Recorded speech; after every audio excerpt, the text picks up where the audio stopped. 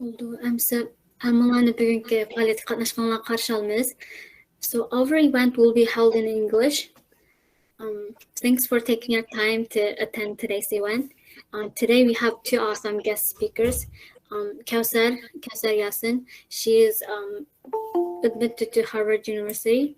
She's going to start this fall. And Qunduz Abdulhamid, she's a sophomore in UC Berkeley.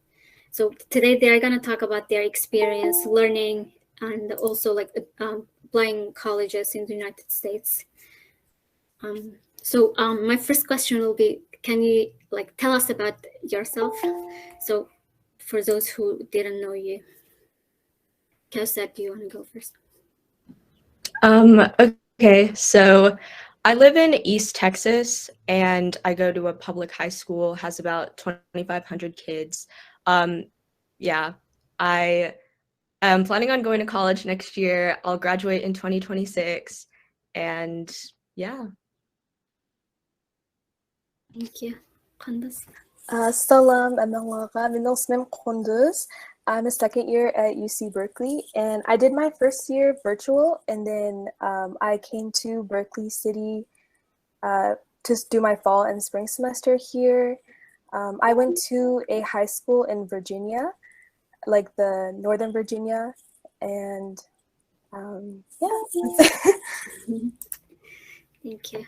And I know Kausar recently visited Harvard, and how was the school orientation, and how are you excited about starting the school? It was really exciting. Before that, you had to have a negative COVID test. So Harvard, they mailed every like attendee an at-home test kit. We had to like attest that we were negative. So it was very safe. Regardless though, like everyone there was masked. It was good. I met a lot of interesting people. The professors are really like excited to meet everyone. So they like, whenever I met one economics professor, he wanted us to call him by his first name even. So it's a very friendly environment and I really liked it. Great. So personally, I also have a lot of friends who have kids or they are in high school. So can you tell us about a little bit about your high school experience? What did you do to prepare for the college application and to get into top schools? Qunduz, do you want to go first? So during high school, again, I went to a school called Chantilly High School. I think there's like now like several Uyghur that go there too. So my main activities during high school, I did debate and I also did piano outside of high school. I tried my best to take like as many AP classes as I could, but in math, especially like there's like a lot of students that tend to be like 2 years ahead in math. I think like high schoolers will know what I'm talking about. Like sometimes you'll be 2 years ahead in math, 1 year ahead, or with your like the level you're supposed to be at. I was like only 1 year ahead. Math was never my best subject, so I didn't get like all A's in math always. Let me see. I think so. Also, she went to the same high school as me, so she was like a really nice role model to look up to. She's like 1 year older than me, so we did debate together for several years. And I also did like mock trial and a few other clubs, but debate was my main one. How many siblings do you have? Oh, I just have one. Kausar, you can go now. Okay, I also did speech and debate in high school. That was probably my main activity too. It's a lot of work. Like you spend at least all your weekends in like a different city at a different school. And you have to sit in a cafeteria waiting for your event, stuff like that. But it is a lot of work, but it's also very rewarding. It gives you like the skills you need to like write an essay really quickly or like think of something on the spot and speak well in front of others. Another thing I did was student council. So I'm currently student body president, and we do a lot of things around our school. So we do like school projects, we plan school dances, stuff like that. But you're kind of like the leadership in your school and you work directly with like administration. So that's really helped me like make connections with like adults and such. Aside from that, I didn't really play an instrument or like do a sport, and you don't need those things to get into like a top school. I mainly focused on art, so I painted a ton. I was in an art class where you had to like make an art portfolio. This was an AP art class, and you submitted it to College Board and they give you your score and everything. I really enjoyed that class. In terms of academics, I've taken 14 AP classes and I have to take 6 AP exams in the next 2 weeks, so yay. But aside from that, I just pursued like what I was passionate about. I didn't have any siblings in high school. Right now, though, I have one who's a freshman, so she's just starting out. She's also doing speech and debate. But yeah, all my siblings are younger than me, so I was kind of like the first. Good luck with your exams next week. 14 AP classes, it's a lot. So how did your college application go? So what are the challenges and what do you think made you stand out from other applicants? So for the college application, I think like that like time, like those few months is like very stressful. It can be very stressful, especially depending on like what schools you're applying to, how many schools you're applying to. Make sure that, you know, if you really want to get into a school, make sure you properly manage your time so that you can put in your full effort for the application. Plan your essays. If you have an English teacher in high school that you're comfortable with reading your essays, helping you, or you can even ask your parents to read your essay, your siblings to read your essay, or just other balla that you know you can reach out on Instagram. Like if you reached out to Kausar or me, I'm sure we would love to help you like with your essays. I think, again, the most challenging part is time management. Like, don't do, like, you know, sometimes in high school, when we have an essay, we do it the night before. Don't do that for a college application essay if it's important to you. Also, like, it's sort of challenging sometimes, like, the questions in the essay that they ask, because sometimes you get excited. You're like, oh, I can really talk about myself. Make sure that you like really value the question, like whatever prompt you're using, and you write the essay the best you can, because you get that one chance to answer that question. So make sure you answer it the best way you can. What do I think made me stand out? So I don't think it was my grades. Again, I guess like I can get into this more later, but you don't need like perfect grades to get into a top school. In my opinion, you really don't. I remember like when I was applying for college, I always searched like, if I have like this many B's, can I get into Berkeley? Like I was like, if I have this GPA, can I get in? And I was like always like really scared, like you need perfect grades, perfect ACT. You really don't. It's a lot about like how do you present yourself to them. So I think for me, like what made me stand out, I think my grades were like mediocre to the applicant pool. So they were like all right in terms of everyone else applying. They probably had like higher grades or similar to me. But I think what made me stand out was my essays, and also just how I like worked and prepared ahead to like package myself so I could like present myself as well as I could. Okay, thank you. Kausar? The college application process for me, okay, I highly recommend if you're a junior and we're approaching the summer to maybe start brainstorming your essay earlier, because I didn't start anything until my senior year started, which was a big mistake. Like you have to balance all your AP classes, all your activities, plus applying to 10 plus colleges. I only applied to 10 colleges, but then after I got into Harvard early action, I withdrew like 3 of my applications.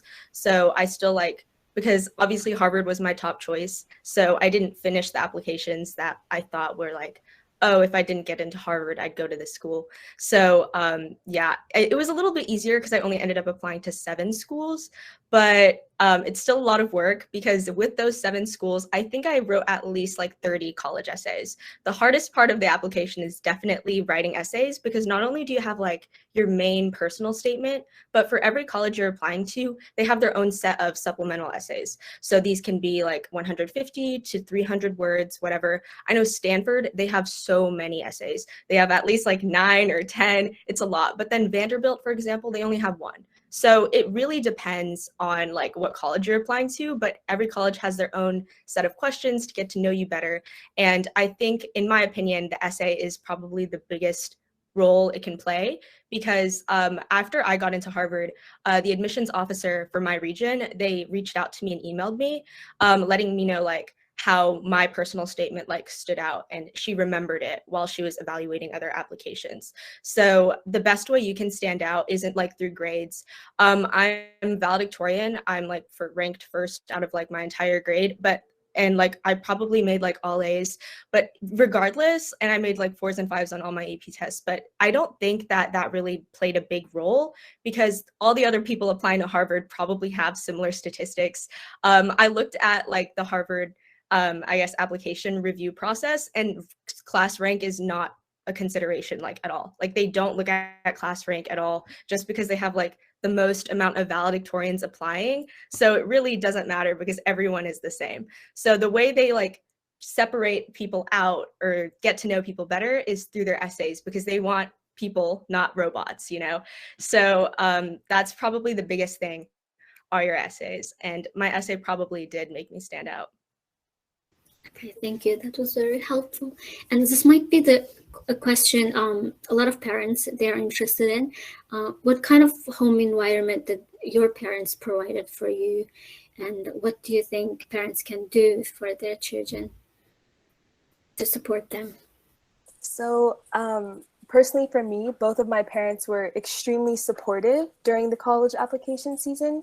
So like my dad, for instance, when it came to the ACT, so I chose to take the ACT instead of the SAT. So like that also will be a big decision for you if you guys are in high school, like which exam do you want to take, if you want to take both. But I started studying, I think like junior year, or I kind of forgot a little bit, but I think like I started preparing my junior year, and he was like a really big help for me. He signed me up for a class, which that class was extremely helpful. I highly recommend it.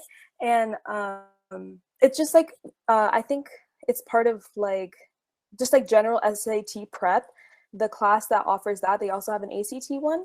So that was really helpful. You like meet a few times a week for several hours, and they just prep you on test taking. So he's helped me by signing up for the class.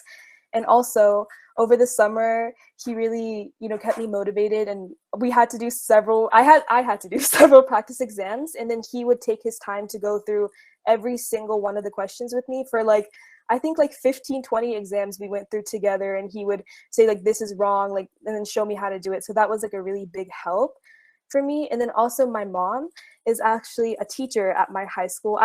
Sadly, she was never my teacher, but you know, she works really hard like to teach her students, and I could always see how much she cared about her students.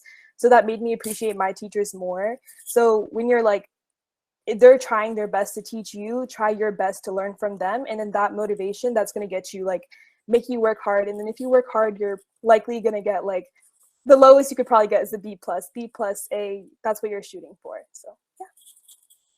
Thank you. Cassette, do you want to jump in? Yeah, so in terms of like how my parents supported me, they're both like former instructors at like university in China before they came over here. And with that, they placed like a heavy emphasis on education. So growing up, the university that they worked at, I was born in like that area, and it was near like all the public libraries, all the bookstores, and my parents would take me to all of their university's events in Texas. And I just grew up reading a ton. Every week we'd go to the public library. I'd check out whatever books I wanted, whatever DVDs I wanted. And with that, with reading, I think that's a big thing too.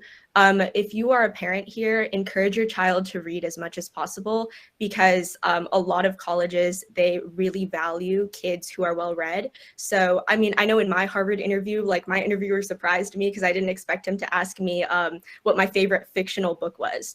Like colleges like to surprise kids like that because they really like well-read students.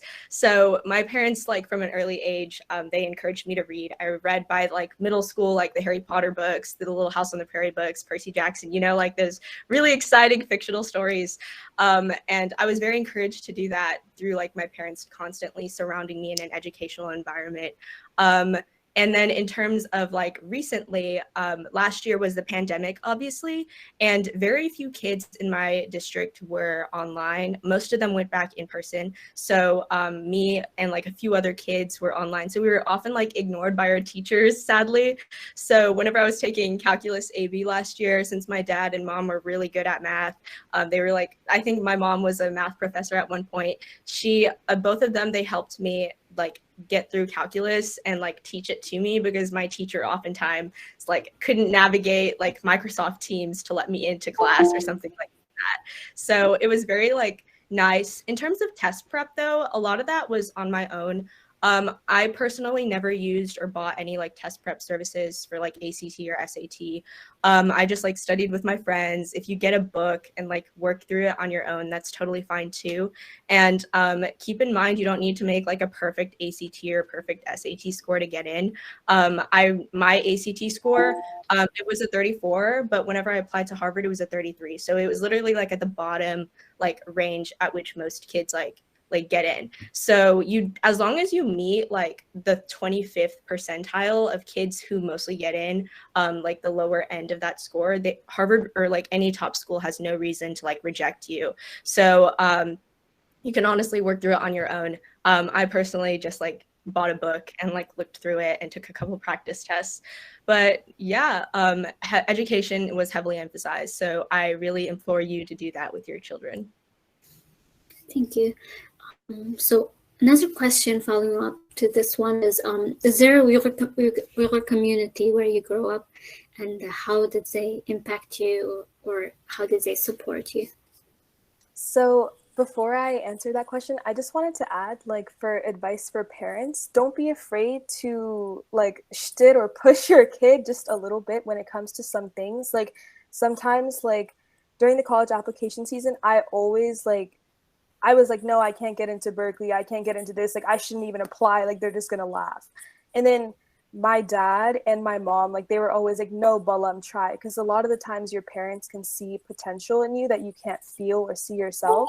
So if you're a parent, don't be afraid to push your children a little bit more. If you can see something they can't see, don't like force, but it's okay to push a little bit.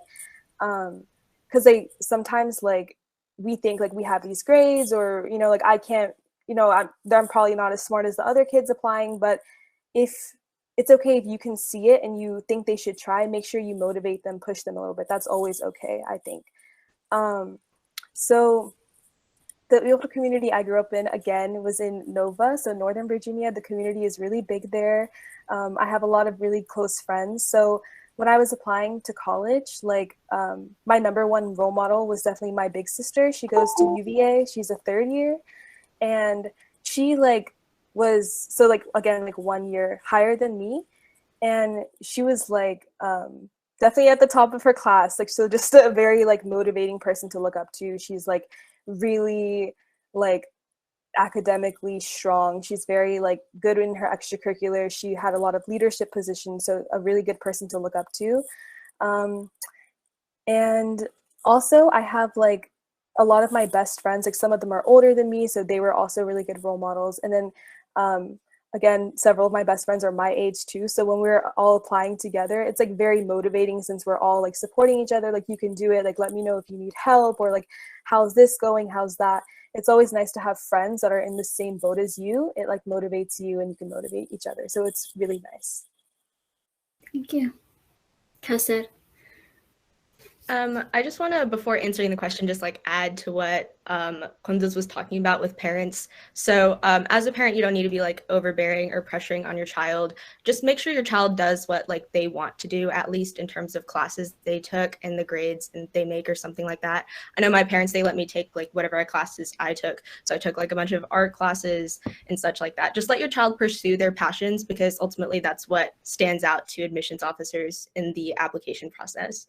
And then in terms of an Uyghur community, Texas has quite a large one. It's fairly decently sized. Obviously not as big as like the Northeast area, so like DC and like Boston, but it's still fairly decent. A lot of the people that my family interacts with, they're all highly educated and very successful. I look up to them a lot. A lot of them are like software engineers or like professors even. And not only that, but we also have a really good thriving Muslim and Turkish community down in Texas as well. Whenever I grew up as a child, the neighborhood I lived in was like only Turkish. So we'd go to like, I'd understand pretty much like every word that was spoken, even though it was a different language. And just like that community feeling was really nice growing up, because I think I was a very happy child. Like that was like probably the peak of my life, TBH. So things like that really helped me thrive as a child, and obviously like hanging out with a lot of these kids were really nice. And then the Muslim community here is also very, I guess like they encourage you to do a lot in terms of your education. So like my high school has some Muslims, and we interact with each other a couple times. We're pretty much all in like the top AP classes and such. So a lot of us are very high achieving, and we encourage each other to be high achieving and things like that. So yeah. And how well is your Uyghur? How like your Uyghur speaking skills? And how did you learn? So minang bokaldu. Okay, it's not the best bokaldu. So I learned like küçük vaxtımda obviously from my parents, and you know when I was little I spoke it like really well, but not too much anymore. But how did I learn? Again, like from my parents, and then also like in the Northern Virginia community there's like a dini daris, like a Sunday class like where they teach Uygurcha for different levels, and that class was like definitely really helpful. My teacher was Minang Dadam, so that was great. But that's how I learned. Yeah. Okay, how about you, Kasa?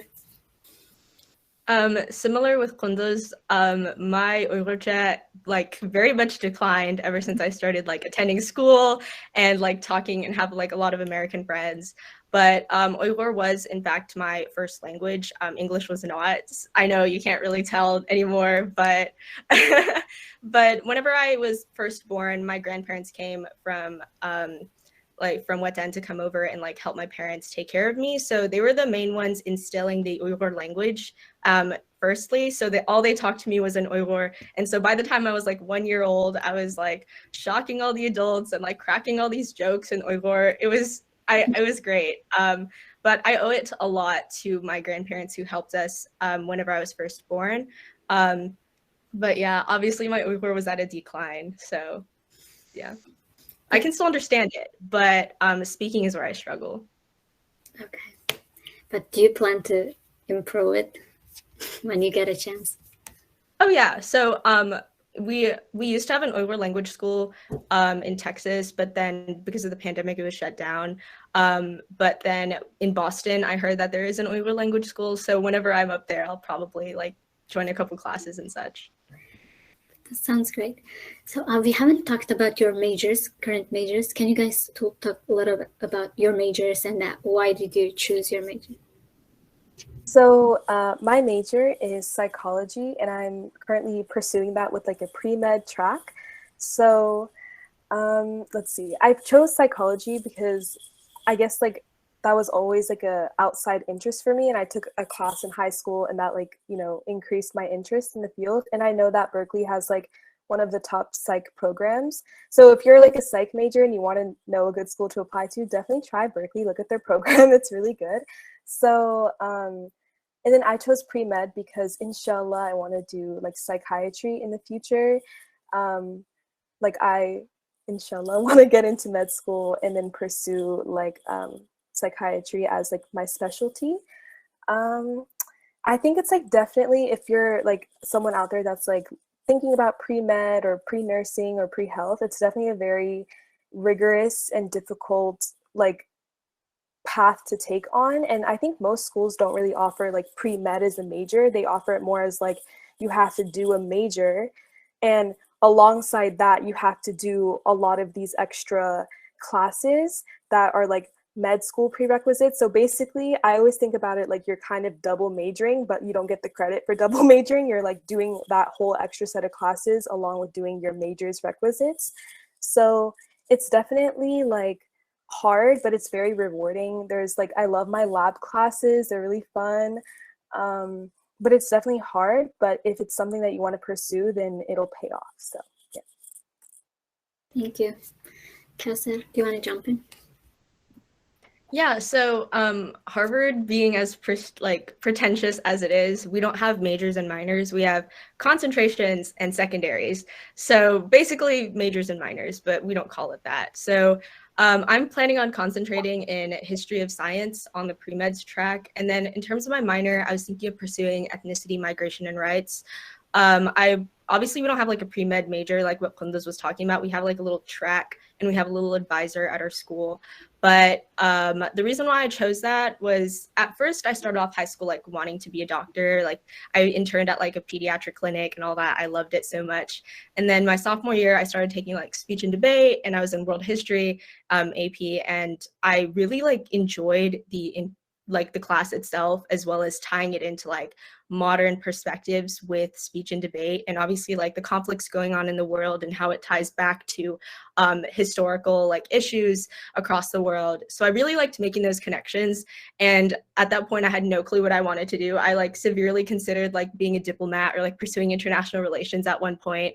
But Harvard has this really interesting major where it's called history of science, and you can combine any type of history with like any type of science. So I can still pursue like the sciences and like healthcare and medicine while also like getting that historical background or like that international relations or like political science background that I was like interested in. And I'm still going to do pre-med. And then in terms of my minor, I chose ethnicity, migration, and rights because whenever I was applying to college, I wanted to minor in human rights. A lot of the colleges that I applied to, like Southern Methodist University in Texas and Columbia University in New York, they both have really good human rights programs. And I think they're among the only universities that have that. Harvard, this is the closest I can get to, which is like somewhat human rights minded, but also talks about like diaspora and the migration of groups and such, and something that I was like really liking. So yeah. Thank you. And my next question will be, what's your advices for the high school students, current high school students who wants to get into top schools in the United States? So I think maybe my main advice is don't walk away from the college application season with any regrets. Like if there's a school where you're like, oh, I can't get in. Okay, so try anyways, because you're writing all these essays for the schools that you're applying to. So maybe you want to copy paste the same essay and throw it in for the school that you don't think you can get into, or you can like piece together some little parts, write a little bbit. You're already putting in so much work. Why not? So don't walk away with any regrets, because like when I was applying, for instance, like Minong Dadam, he was like, I think like beginning of high school, my dream school was Stanford, right? And then like maybe like junior year, my dream school became like Berkeley, because I thought like Stanford was like unattainable, right? And I didn't even apply. And I think that's like one of my biggest regrets, because my dad was like, you know, essaying the men music, like he was like, let me do it. He really wanted me to like apply there, and I like didn't have that confidence in myself. So even if you think that you can't get into a school, don't walk away thinking like, oh, I should have applied, because what chance do you have to do it again? You don't. So just do it now. If you don't get in, you'll be sad for a day. It's okay. Okay. Like there's several schools I didn't get into, right? And it's like kind of like you're going to end up where you were meant to be.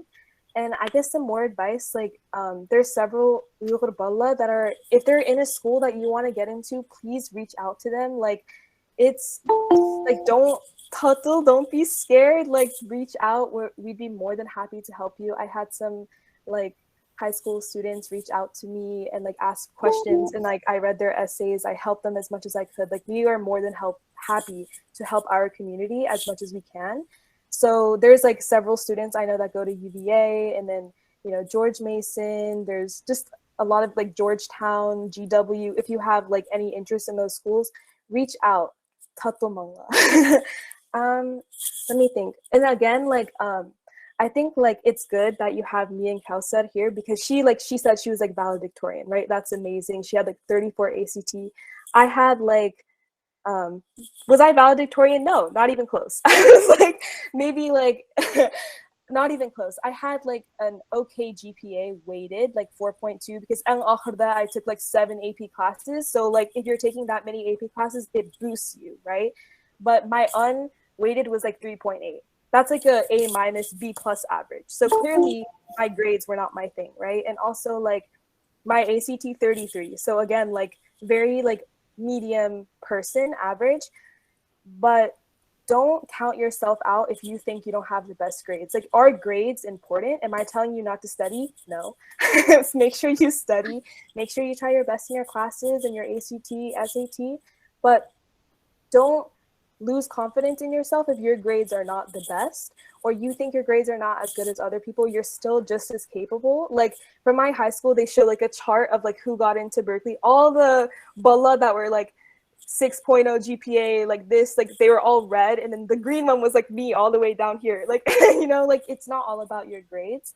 And so don't count yourself out. Don't lose confidence in yourself. You know, make sure that you like have confidence in yourself, write your essays with confidence, write your application with confidence, and I'm sure that like you'll end up where you're supposed to. Thank you. That's very helpful. Kessa, do you want to add anything? Yeah, so I think my biggest advice for high school students right now would probably be take advantage of as much as your school offers you, as much as your community offers you, as well as pursue like what you're actually interested in. Because again, Harvard wants, or like any top school really, they want like kids who are very passionate about things. They want kids who will possibly change the world. I know that like I read an article about this, but Harvard wants to build a good alumni network. So they want to produce as many presidents, diplomats, like anyone that's like such a way up there, and anyone who has potential to do that. So you don't have to do those things like right now in high school, but I highly recommend that whenever the admissions committee looks at your application, that they're like, oh, if we give this child the resources that our institution has, then they'll probably be like the next US president or like the next like UN Secretary General or something like that. So again, they want a good alumni network, but they also want a diverse class. They don't want a diverse applicant. So that doesn't mean that you have to do like everything. So, oh, I'm going to do the robotics club. Oh, I'm going to do like healthcare stuff in high school. I'm going to be in sports and art. They want a diverse pool of applicants. They don't want like a diverse person.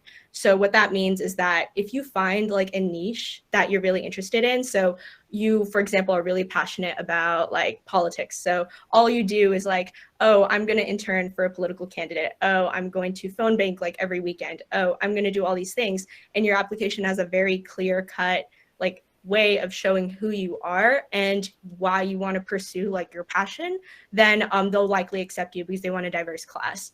And then don't be discouraged, high school students, if obviously like your grades aren't up to par, if you're not as involved, because at the end of the day, colleges look at your application in context of where you live.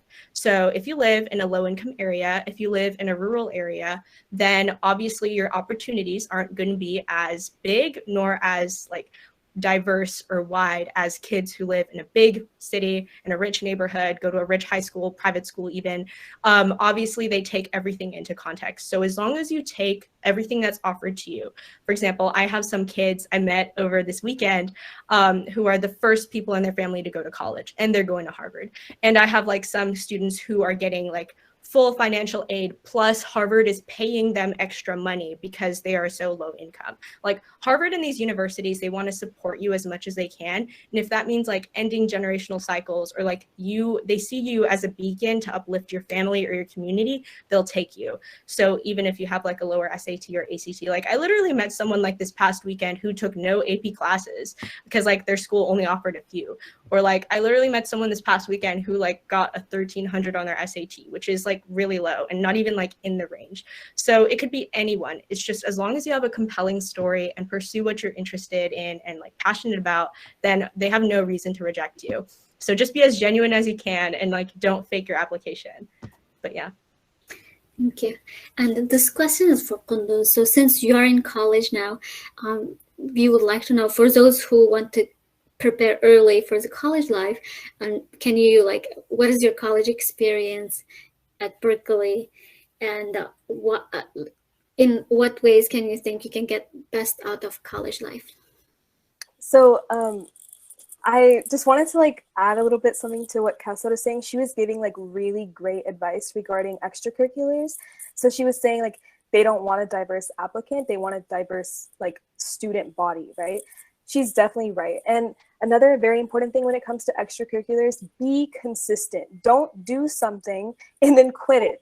Even don't be I played this for 1 year, then I quit. Don't do that, because they're going to be okay, you did a lot of stuff, but you didn't do them consistently. So you want to be consistent, make sure you do things consistently, show them I stuck to this and that's why I'm passionate about it. If you're I'm really passionate about this thing I did for 1 year, they're going to be okay.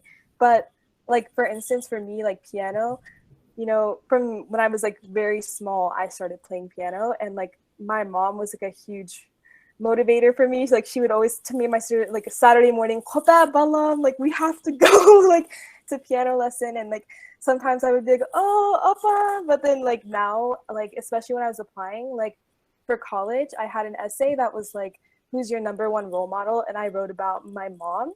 And I wrote about my mom and piano together, how that's one of my biggest passions, and relief of anxiety, and so I wrote kind of an essay that brought together number one role model, my mom, and then activity, piano, and then also why I want to go into psychiatry, because piano and anxiety. I was just trying to tie it all together.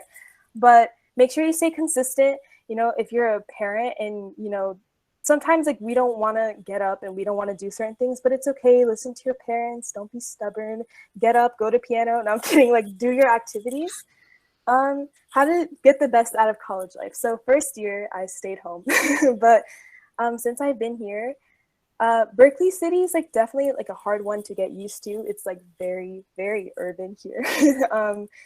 It's kind of a different, so it could be a little bit of a culture shock if you're from more suburban area, or if you're rural area like Kel said. But I think it's been okay. First month was very hard. Okay, I won't it was hard the first month, but once you find your friends and you get more comfortable with the campus, then I'm pretty sure that that's the best way to make out of your college life. Make sure you kind of put yourself out there. If there's Muslim Student Association, Turkish Student Association, if you're lucky enough that other Uyghur Balla are at your university, you have to reach out to them and be friends, okay? Make sure you build that community.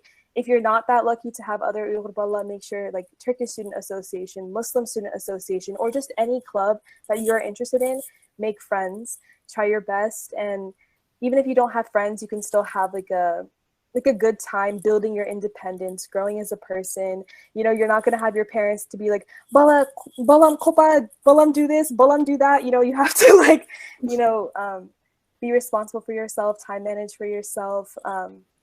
Make sure you balance between school and also relaxing time. Make time for yourself. College can be very stressful, no matter your major.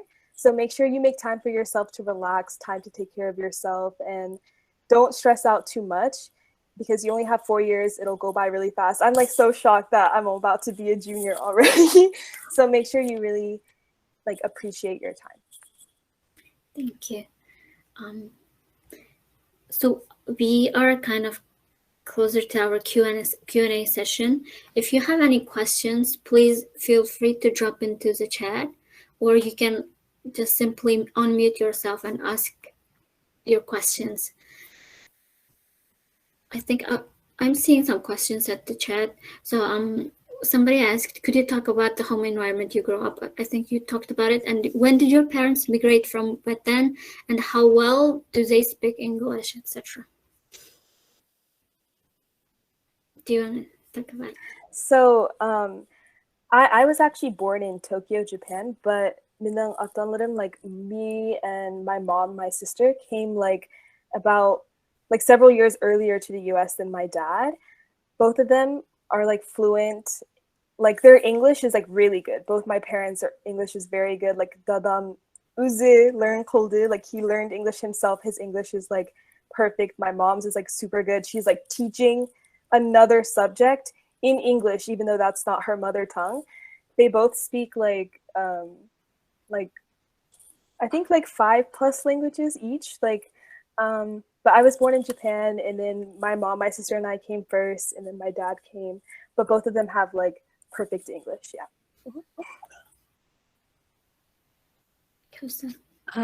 Okay, so my parents, they came to the United States about 20 years ago, so like a little bit before I was born. They started off as like lecturers or assistant professors here, so their English is like really good. They obviously speak with like a bit of an accent, but they're very avid teachers and very avid lecturers, so obviously their English is really good, and they both like taught themselves, which is like amazing. But yeah, their English is pretty good. Thank you. Another question came in was, any role of a secondary language in this college application process? So if you yes. So on the application, like most applications will ask, like I think the common application asks, like my memory's a little bit like what languages do you speak? So especially for if there's any like students here that are listening or watching and you are like an ESL student and your first language is like Uyghur, or maybe like you speak like fluent Uyghur Chinese, I'm not sure, but you struggle with English, you're an ESL student, do not think that you can't apply to top universities. Absolutely you can, okay? So tell, like on the application, put the languages that you can speak. It'll literally ask you like, what language can you speak? How fluent are you in it? Like, can you write it? Can you read it? Like some applications will even ask, like go that far to ask it. That's where you can talk about it. You can even talk about like, there's parts on your essay where you can talk about like if language barrier was a thing for you, let the college know, because it's not fair for them to compare you to the students that were like grew up here fluent English, right? That's not fair. You have equal chances then, just let them know. So I think like if you speak second language, third language, that's a huge thing. Put it on a college application. If it was something that was a challenge for you, let them know. Thank you. Kelsey, do you have any insights on this? Yeah, so yeah, the common application does ask what languages you are like you know of. So even if you like can't 100% speak it, like for example, like me, I can understand it, but I struggle with speaking, there's still like an answer for that. Like any language that you're like somewhat okay with or somewhat fluent with, you can still add it and be like, hey, I can speak it, or like I'm not very good at reading and writing, or like, hey, I can understand this, but speaking I'm still a little weakened. And it even like asks like, what's your mother tongue? Like there's a lot of questions like that where the admissions office again is just trying to find your context, or like trying to get a better image of what the struggles you've been through and such. There's also an opportunity, if you can't speak English very well, in the additional information section of the common application, you can literally like write like a bunch of things that better explain you as an applicant. So you could talk about, oh, my grade in this class was kind of bad because my teacher quit halfway through the year. Or you could be like, oh, I just moved from like Weten, like, I don't know, a couple of years ago or something like that. So I had to learn English and such. Like there's an additional information section where you can explain your situation to the committee. And then in terms of like languages in general, I'm not going to talk about like mother language or secondary language, but more so like the languages you can take in high school. I highly recommend that if you can take like Spanish, French, Chinese, whatever, do it, because a lot of colleges, they very much like if you stick through with the language like all 4 years of high school. I know that I took Spanish since middle school, and I did it up until like my junior year of high school, where I took like the AP Spanish test. If you can test like your like fluency in a language that way, and like you get a really good score on that AP test, I got a 4, then it often like shows your commitment to learning about other cultures and such. So in terms of languages, I highly suggest you take on something that's different from Uyghur or Chinese or English, maybe Spanish or French. Thank you. Men yana bir qitim taqo'ya, agar savolinglar bo'lsa, boya agar siz tushunmay qolganlar bo'lib qolsa, savolinglar bo'lsa, ovozinglarni ichib so'rasanglarmi bo'ldi, juma Uyg'ur so'rasanglarmi bo'ldi. Biz tushuntirib, andan keyin savollar, javoblarni tushuntirib qilamiz. Bugun shu inglizchada bo'lib qoldi, hamma gaplarimiz. Agar tushunmagan bo'lsanglar, lekin o'zinglarning savol bo'lsa, tatmay so'ranglar, yo bo'lmasa xatda yozib qo'ysanglar, andan o'shadan biz o'qib so'raymiz. I think we have more questions. And the next question was, what would you recommend for a middle schooler? You talked about high school. And how about middle school? What did you do in your middle school? So for middle schoolers, number one, good for you. You're starting really, really early if you're already worried about college. I think when I was in middle school, like I didn't really even care about college, like like not too much. I was like just very focused, like middle school, you know. First tip, don't be overly stressed. You're like way early. And also, you know, Atanla, sorry, if your kid is a middle schooler, their grades don't matter. Let me just say that, number one. If you're like, I'm not saying like you can be like, Balam, you know, get an F, it's okay. Like, make sure they're trying their best, but their grades, they don't matter at all to colleges, not even a little bit. If you took like a math class, right, and you say you're ahead in math, or you took like your first language, like French, like all starting in middle school, like Cal said for Spanish, I took it all through until like I was a senior, then I did the AP test. That grade, yes, that matters because that's a high school credit. If you start early in math, if you're like really good at math, you're 1 year ahead and you take that high school math in middle school, that grade matters. Your other grades for like social studies, this and that, nobody cares. It doesn't matter. So don't be too hard on yourself about grades in middle school because unless it counts for a high school credit, colleges do not look at it when you're applying. Right. Since you went over like the academic aspect of middle school, I'll just touch on like the extracurricular part. So if you are a middle schooler, I suggest middle school is the time for you to explore like what you want to do and what you want to pursue in high school at least. So I remember that a lot of my classmates, they tried out like every single sport that was available to them. And then whenever they got to high school, they're like, oh, I really like tennis. So let me stick with tennis throughout the rest of high school. Middle school is like a trial period for whatever you want to pursue. So for me, that was art. But obviously I didn't take advantage of a lot of like the fine arts or like the sports that were offered in middle school. But you really like don't need to. But at the same time, if you are interested in anything like that, middle school has like a decent amount of clubs. You can do that. I remember like exploring like the academic team and like art, and I was in like a quiz bowl team or something like that. Just a bunch of little things that you can like have time for. I think I was in a book club too. Just like explore your interests, get to know your teachers too. I suggest that middle school like is a practice period, if anything. So in high school, for example, you'd have to go to your teachers for like teacher recommendations, and you need like good relations with them. Whereas like in middle school, it doesn't really matter. But I would say like practice like at least calling like being more outgoing in class or like talking to your teacher more and stuff like that. That way it can prepare you for high school. If anything, middle school is just like not really like that big of a deal unless you are taking like high school classes. But if anything, it should be a time for you to experiment what you want to do, make connections and relations, and just like find what you're interested in. Thank you. And at which year of high school you have to make decision about the subject you're going to take in college? Okay, so for this, like, I definitely recommend, like, in high school that you explore subjects that you like what classes are you enjoying the most? Like, did you really like chemistry? Did you really like biology? Are you considering like a science major? Or do you love to write? You want to be an English major maybe?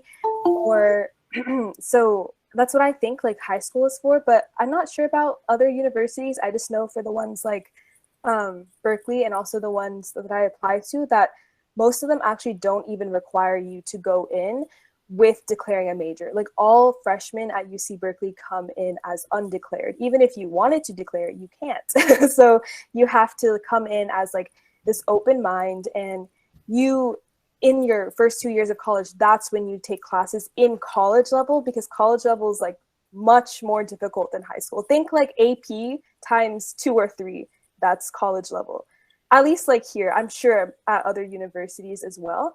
So I think like in your first 2 years of college, you'll explore and be like, oh, I thought I liked this, but like sometimes like you'll be like, oh, I wanted to be a chemistry major, but I took a college chemistry class and now I hate chemistry. Like I never want to do it again. So you don't want to be a chem major. So you just explore what you like in college. And I'm sure like other universities have that same rule. Like you come in as undeclared and then you get to explore, because they know that too. They're like, we know these high schoolers may think they want to do something, but then when they get here, they're going to be like, oh, I don't actually really want to do that anymore. So they give you time to explore. In high school, make sure you know, like, because some colleges do ask you on the application, like, like what major would you want it to go into? Like UCLA asked that, like what major were you thinking about? But so make sure you like do have something in mind that interests you, but don't think that you must stick to it just because you put it on the application. Thank you. Next question came in was, seems like you both went to public schools. As an Uyghur, a Muslim, or a minority in the United States, did you feel any discrimination in school? And did your parents ever think of homeschooling? It's kind of a big question. Okay, I can answer that first. So I did grow up in the US, right? And so my English is like equal to the kids that grew up here. Like the my English is equal to them. So I personally did not experience like any sort of like, also like the high school I went to, I was lucky enough to go to a diverse high school. So there was like a lot of different cultures there. Like the Asian community was quite large, like Hispanic community was large. So it wasn't like a school that most people that are minorities would experience discrimination, or at least I hope not, but I personally didn't. But I do know that like, again, if you're like an ESL student or you are not lucky enough to go to a diverse school, you may experience that there. If you do, first, I'm really sorry. And second, make sure that you tell your parents and you can tell people that you're comfortable with in the school. And like, if you go to a high school where like, if you are Uyghur and you're fluent in like Uyghurcha, Chinese maybe, but your English is not the greatest, you're like an ESL student, if there's like an Uyghur balla that go there, or like someone that you can relate to, make sure like you reach out to them, you can build your friendship starting there. But if you do experience like discrimination because you're a minority, please like tell your teachers or tell somebody, don't keep it to yourself. But I also think like the high school I went to, like my mom, again, like she teaches several science classes, but like I said, my mom can speak like 7 different languages, but she's teaching it in English, which is like she's teaching a subject already in a language that's not her mother tongue. So that's like very impressive, number one. But some high school students don't really have like the maturity or the appreciation towards her or towards other teachers whose English is not their first language, so they tend to like be like, oh, I can't understand my teacher, something stupid like that. Like I guess like my high school did have students like that. Like there were some students, peers of mine, that said that towards our teachers. But you always have to think about, like, if anyone says that to you about your accent or anything, just remember you're making fun of me in the only language you know how to speak.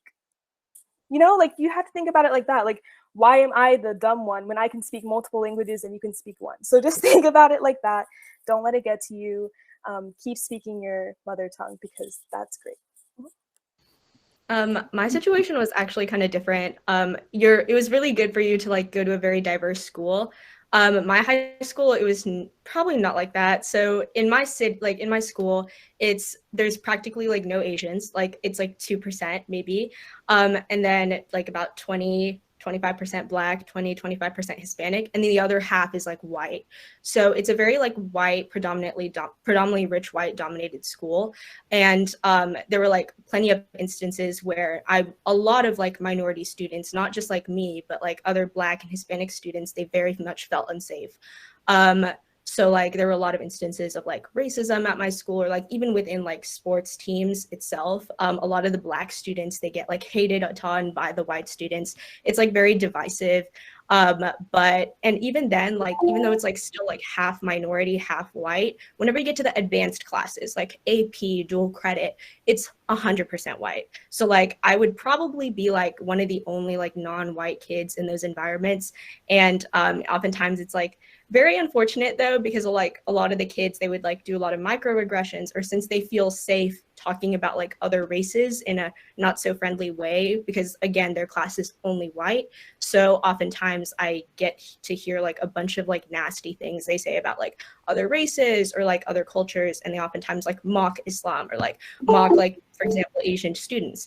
And oftentimes it's like not very good. A lot of the times, though, I very much like didn't get as much hate, to be honest, just because of the fact that I was outperforming all of them, like in literally every class, and like I was like valedictorian. They honestly like had no reason to hate me other than like obviously they're jealous or like, oh, I don't know, something like that. So things like that were oftentimes like very degrading throughout high school. But my parents, they obviously like, since they work, they couldn't offer homeschooling. And if anything, I kind of stuck through it just because my high school did have a lot of opportunities like speech and debate, student council, things like that. So I still stuck with it because the opportunities at my high school were probably much better than if I were to be homeschooled anyways. But yeah, I suggest though, like form like a very tightly knit group at your high school if you have a similar situation as me. Most high schools in Texas aren't very diverse anyways, but unless you're like in the Dallas or Houston area. But in my high school, I have a few Muslim kids. There's not a ton. I think I'm the only Uyghur kid at my high school too. So I oftentimes would have to form closer connections with kids who are also like children of immigrants or who are immigrants themselves, and stuff like that. So a lot of my friends are like that. And it's honestly like really good if we want to like complain about the school environment together and stuff like that. So it's nice. But yeah, form close connections with the people who obviously you feel safe around. That's my biggest advice. Thank you. So next question is related to scholarship. If you don't mind me asking, did you guys get scholarship from your school? Okay, so I applied to UC Berkeley as an out-of-state student, and if you're out of state, so Berkeley is a public school, so they give funds to students that are in state California. So private schools, they tend to give more scholarships or financial aid, regardless if you're like international or out of state or something, right? Public schools give aid to like the students in their state because those are the students that live there, therefore they pay taxes to that public university that get allotted there, right? So that's why they're like obligated to only give financial aid to those students. I did get like a scholarship for a small amount from the college for something that I had to apply for, where it goes to like the UC Berkeley alumni and they choose like some students that win it. I got that. So if you're in my situation, you apply to a public school and they're charging you a lot because they will, and make sure you find scholarships that are outside of, I think I shouldn't be giving this advice because my parents are always like, Balam, scholarship, and I'm like, oh, I'm busy, I don't have time. But you know, me and you guys, if you guys are in my situation, should listen and, you know, just try to find like scholarships that are not part of the school, because like that's kind of the boat we would be in, because like the university, even if they wanted to give you aid, they can't. Okay. As a private school, how about Harvard? Did Harvard give you scholarship, Kessa? Yes, so scholarships are like very different. You can get them from like third parties in your local community, or you can get them like from your school. I got both. So from my local community, I have about like 5,000 in scholarships. But then from like my school, which is like Harvard, they are very generous. They want, like, if you don't have the means to attend their institution, they have a very generous financial aid policy. So if your parents make less than $75,000 a year, it's free. Like everything's free. Like you don't have to pay a single cent. And then if it's like even lower than that, sometimes like they would even like pay you a stipend to like pay for like extra expenses too. So not only like is your college education free, but you also get like a check every time from the college too. Like some private institutions are very generous because again, they're not like funded by the government or like taxpayers or something. So they get like, and since Harvard has like a bajillion-dollar endowment, obviously like they have the means to like give as much financial aid as they want, which like is given in the form of like grants and scholarships. Since a lot of top institutions, they get a lot of very intelligent, very merit like focused kids, they oftentimes can't give out merit-based scholarships because everyone would be getting it, just because of like, oh, there's so many valedictorians here, oh, there's so many like kids taking so many AP classes. So a lot of the money they give out is based on financial aid, but there's a couple exceptions. So at Southern Methodist University, it's in like Dallas, Texas, they're a private school. And whenever I submitted my application to them, they're the one with the human rights program. I submitted my application to them, and then like I got in, and then like a couple of weeks later, they like I was surprised with an email saying that I was like a finalist for their president's scholarship. So, and there, it was like they picked 64 kids out of everyone that applied to be a finalist. And I was invited to like a weekend where I got to like explore the campus, like talk to other kids. I had my interview then for scholarship to figure out like who was going to be a finalist, and they picked 20, and I was one of them. It was really sad declining it because I got into Harvard, but Southern Methodist University, in total, it would cost like $350,000 to attend over 4 years. It's a very expensive school, and just like some private institutions giving that out based on merit, which that scholarship was based off of, it was based off of merit. So like your essays, your grades and such, they can be very generous. I know like TCU and SMU, they're one of those in Texas, but it's very dependent on like the type of school that you like go to. So Harvard and like those top institutions, they're very much financial aid as a big indicator of how much scholarship money you're getting. But then like other institutions who are private, they have more freedom, so they can give out both financial aid as well as like merit scholarships, like what I got.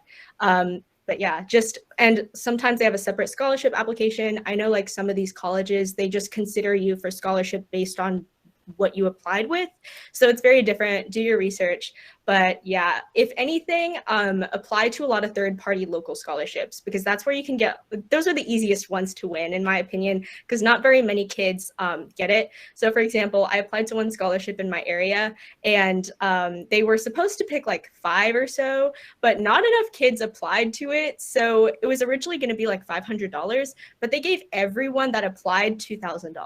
Like, it's very random. Local scholarships, they obviously are much easier to win. And oftentimes things like that happen where it's like, oh, not enough kids applied, we need to give all this money out. So just apply to as many as you can. I bought a book from Barnes & Noble for like all the lists of scholarships and stuff that you could be eligible for, and it sorts it out by like if you're Asian, or if you're Muslim, or if you're a girl, if you're left-handed, stuff like that. Like, there's so many random ones that you can apply to.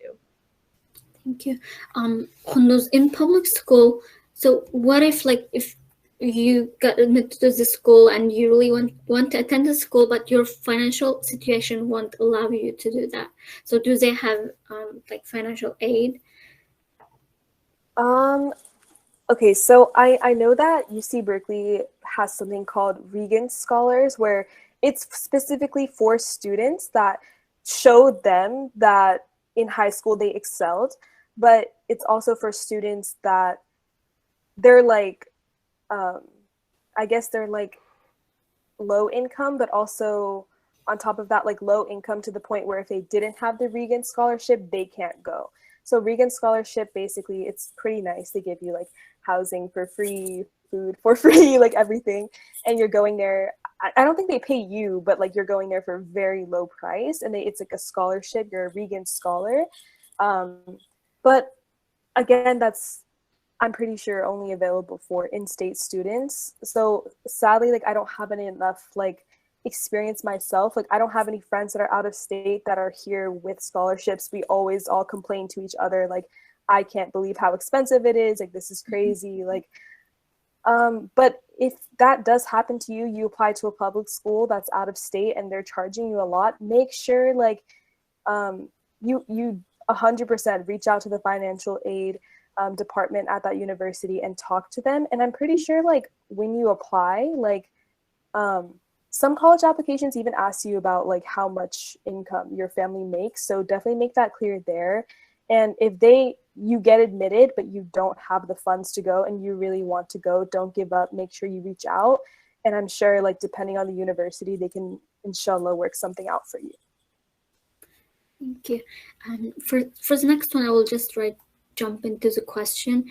How to choose AP class? Is there a direct instruction from school website, or we need to look up by ourselves, or just take whatever AP class is available at the area?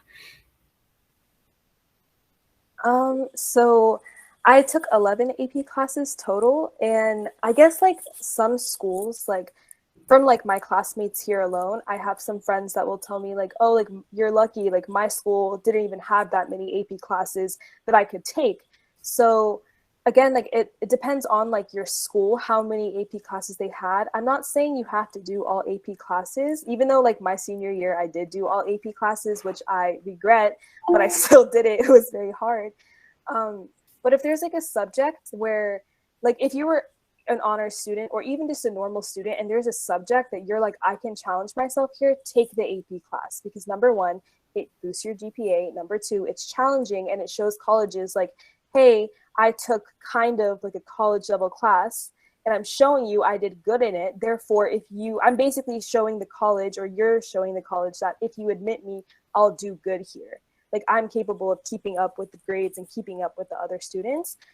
So when you pick them, you know, make sure if your school is one that offers like only a limited amount of APs, I personally, in that situation, if I was in that situation, I would take all of them. Because if like your school offers like 5 APs, 100% I would take all of them. And then like you did the most you can at that point, because like they don't even offer more and you took all of them. What more can you do? If your high school like was like mine, they offer several AP classes, like a ton, pretty sure like 20. I took like one sophomore year, I took 3 when I was a junior, and then I took 7 when I was a senior. Like again, push yourself. And also like if you're a senior and you're looking to like, okay, why I took 7 APs when I was a senior is because my GPA, I thought it wasn't competitive, and I was like, okay, I need to like boost it a bit. That's why I did that. And the thing is like, your second semester senior year grades don't really matter. Hence like what seniors call senioritis, when you like kind of give up in high school because you already got into university. And unless you get like F's and D's in all your classes, you get to keep your admission, right? So you can kind of like, you know, relax a little bit. So I was like, okay, like I'll just work really hard for one semester. It was still really hard and challenging, but when you pick the AP classes, be strategic. You don't need to take all APs, but you don't also want to be stuck like you didn't challenge yourself at all. Like if you're getting good grades in like non-AP classes, that's great for you, but you're not going to be comparable to the students that got good grades in AP classes. So make sure you're keeping up with them and like do AP when you can. To answer like that question more, so in terms of like how to pick AP classes, your counselor is your best friend in high school. I think that's like the biggest thing is, first of all, your counselor does have to write a recommendation letter for you. So like obviously get to know your counselor good, but also they're the ones who get to let you know all these classes and opportunities. So obviously like talk to your counselor, email them, ask them any questions you have, like, hey, is it okay for me to take this class? Or like, what other classes do you guys offer? Because again, the amount of APs available to you definitely vary based on school district. So I heavily suggest like talking more to your counselor. Most high schools, they also have a course selection guide. If you Google it or something like that, you type in like, oh, so-and-so high school course selection guide for like the current school year, you can look and it shows like every single class that they offer. So all the language classes, all the academic classes, everything like that. But it's called a course selection guide. It should be available on your school's website, or you can Google it. Or if you can't find it anywhere, that's when you ask your counselor for it. Your school should have one. And you can take whatever AP classes you want, whatever you think you want. A lot of school districts, they oftentimes reward kids for taking AP classes. So like what Kundas was talking about with like inflating your GPA just a little bit, because obviously AP classes are more rigorous than on-level classes. So like for us, like they add 10 points to your semester average for you taking an AP class, even though like you may have had like an 89. By adding 10 points, you basically made a 99. So stuff like that, that's very good. Also, my school, they also encourage you to take AP tests. So every class you take, you could take an AP test. My school district, it costs about $65 per exam. It varies by school district though, because I know some school districts ask their kids to pay in full. But then my school district is also very generous, because for kids who have like low income or like have free reduced lunch, you only have to pay $15 per exam instead of $65. They really want to offer as many opportunities to as many kids to take these exams. And then if you do well on an exam, so if you get a 3, you get $15 back. If you get a 4, you get $40 in return. And if you get a 5, you get the full money back, $65. So I paid $15 per exam, and last year I took 6, and I made only 4s. I think I made only 2 4s and 6 5s. So like I made a profit. Like it was great. So it was very nice, because I think I made like $600 alone from like the amount of tests I took and like the scores I made. So see if your district has a policy like that because most school districts are very supportive of their kids taking APs. And if anything, if your school doesn't offer APs, I definitely know some kids who signed up for AP classes on their own, and we don't offer those AP classes. So they signed up to take the AP test, and they self-studied for that AP test until the end of the year, and then they took it. So my school doesn't offer AP microeconomics, and I already have 2 friends of mine who just signed up for that AP test. And they're like, hey, we're going to take it. We'll see what happens and stuff like that. And they've been studying for it throughout the year. So you can self-study for AP tests. Depending on how hard they are, though, like I don't recommend doing that for physics or chemistry. But if you have like history classes or like psychology, I know a lot of kids self-study for that one. You can do that. So even if your school doesn't offer any AP classes, you can still sign up to take AP tests. Definitely talk to your counselor about that. I have like, oh, sorry. I just had like a quick tip about like people's counselors. So I have a little bit of a different opinion about counselors just from the experience with mine.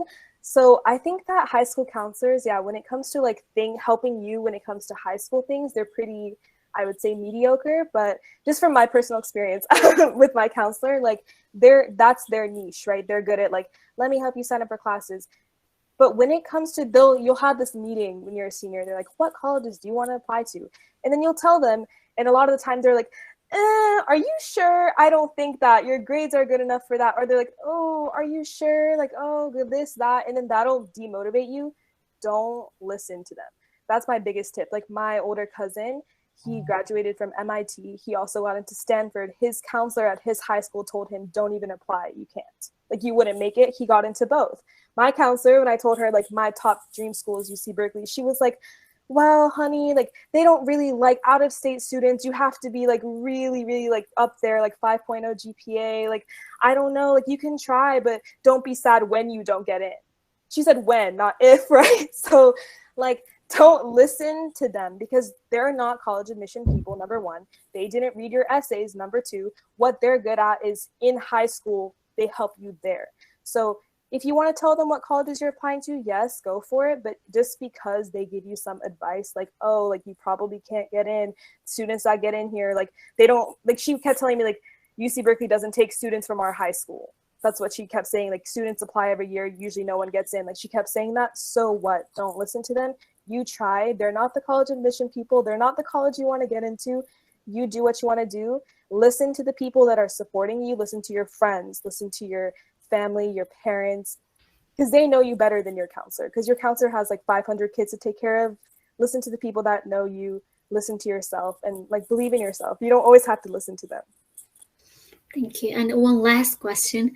This question was pretty interesting. So what was your regular life, like daily life like, and did you only focus on school? Did you only study and had no time to hang out or play with your friends outside of school? Okay, so for that, like, I'm assuming you're asking like during high school. So I guess, I mean, I didn't even really think about that. Like, I definitely did have time, like, to, spend time with my friends and my family. Like, of course, like, senior year was quite stressful because, like, 7 AP classes. Don't recommend. Don't do that. You don't have to. But I think, like, still, like, in my daily life, I had, plenty of time to spend with my friends and my family as well. Like, I have a little dog. So, I love my dog. She would always, like, when I stayed up late and studied, she would, like, claw on my bed. So, I think, like, I don't know, like, during high school, if you take, like, a really rigorous schedule, like, still make time, like, to... Like, my mom would always give me this advice. She would be like, Balam, even if you're really stressed in college, like, make time to relax and be a person. Don't waste those 4 years in high school. Don't waste those 4 years of college, like, just purely, just all about academics, all about, like, oh, I have to make this grade, this. Like, enjoy yourself because you're there for 4 years. You don't get to go back and, like, redo it. So she would always give me that advice when I had my first virtual year. She'd be like, Balam, when you go there, like, even if you're really stressed, like, make time for yourself, make friends, live your life. And when I came here, like, I definitely, like that helps a lot to ease the stress, because college life especially is it's very stressful. The college level courses are really hard. And sometimes you're like, oh my gosh, like, your professor will tell you, like, you'll take like 5 classes and each class will be like, you need 25 hours per week.